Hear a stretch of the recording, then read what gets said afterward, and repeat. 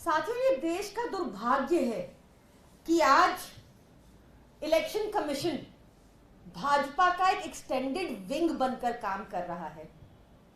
भाजपा का साथ पाकर इलेक्शन कमीशन अपने आप को देश के संविधान, देश के कानूनों से भी ऊपर मानने लगा है। हमारा कानून ये परमिशन देता है कि अगर एक आतंकवादी भी हो तो उसको सुनवाई का मौका मिलेगा, पर इलेक्शन कमीशन ने यह भी जरूरी नहीं समझा और सीधा एक्स को बोलकर हमारी एक ट्विटर पोस्ट को हटवा दिया। एक्स ने भी, जो कंपनी एक्स है, उन्होंने भी हमें चिट्ठी लिखकर बहुत दुख जाहिर किया कि हमें सुनवाई का मौका नहीं दिया जा रहा और हमारी पोस्ट को हटाया जा रहा है। ऐसा क्या था उस पोस्ट में? ये है वो पोस्ट। क्या झूठ है इस पोस्ट में, सच है इस पोस्ट में। इसमें लिखा है कि इलेक्टोरल बॉन्ड एक स्कैम था। इसमें लिखा है कि इस स्कैम के जरिए 60 करोड़ रुपए शरद रेड्डी ने भाजपा को दिए। वो शरद रेड्डी जिसको भाजपा साउथ लिकर लॉबी का किंगपिन बता रही थी, उससे 60 करोड़ लिया, जिसके बाद वो एक सरकारी गवाह बना, अरविंद केजरीवाल जी के खिलाफ बयान दिया। वो शरद रेड्डी जिसके 60 करोड़ भाजपा को देने का प्रमाण साफ साफ इलेक्टोरल बॉन्ड्स में है।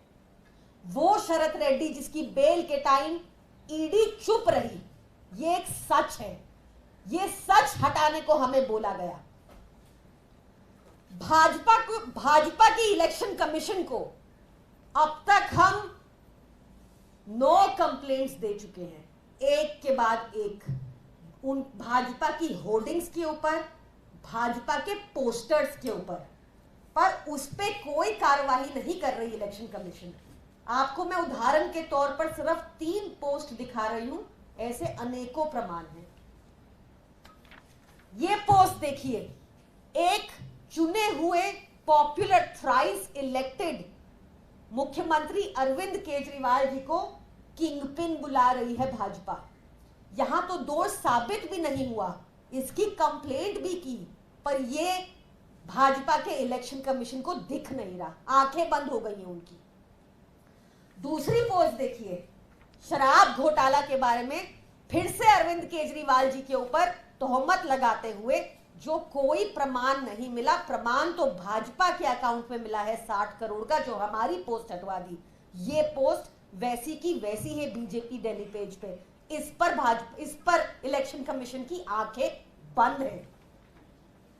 ये तीसरी पोस्ट फिर से अरविंद केजरीवाल जी के लिए अपशब्द यूज करते हुए, कोई प्रमाण नहीं है, कोई दोष साबित नहीं हुआ, अरविंद केजरीवाल जी के खिलाफ कोई एफआईआर नहीं है, कोई चवन्नी की रिकवरी नहीं हुई, पर भाजपा उनको दोषी करार दे रही है अपने एक्स अकाउंट पर।